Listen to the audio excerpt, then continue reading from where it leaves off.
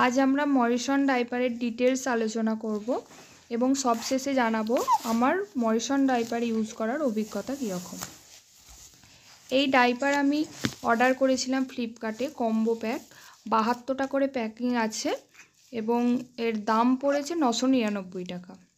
Per piece পড়ছে 6 টাকা 90 পয়সা। কম্বো প্যাক দিলে পার পিস দামটা একটু কম পড়ে, আর ফ্লিপকার্টে অর্ডার দিলে ডেলিভারিও খুব তাড়াতাড়ি দিয়ে দেয়। আমাকে তো একদিনের মধ্যেই ডেলিভারি দিয়ে দিল। এবার আমি এই ডাইপারটা খুলে আপনাদের দেখাচ্ছি। এটার এম সাইজ আছে 7 থেকে 12 কেজি, এল সাইজ 9 থেকে 14 আর এক্সেল সাইজ আছে। আমি নিয়েছি এম সাইজ, আমার বাচ্চার এম সাইজটা লাগবে। একটা খুলে আপনাদের দেখাচ্ছি ভেতরটা।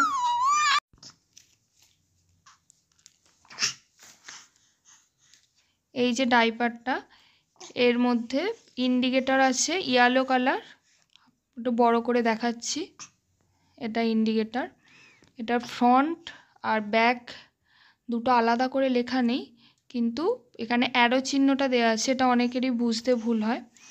ফ্রন্ট লিখে ওই যে ওপর দিকে অ্যারো চিহ্ন, এটা হচ্ছে সামনের দিক, আর যেটা নিচের দিকে অ্যারো চিহ্ন দেওয়া হচ্ছে এটা হচ্ছে পিছনের দিক।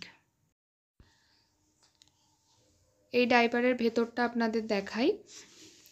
ভেতরে একটা ব্লু কোটিং দেওয়া আছে যেটা অ্যাবসর্ব করে একটু বেশিক্ষণ।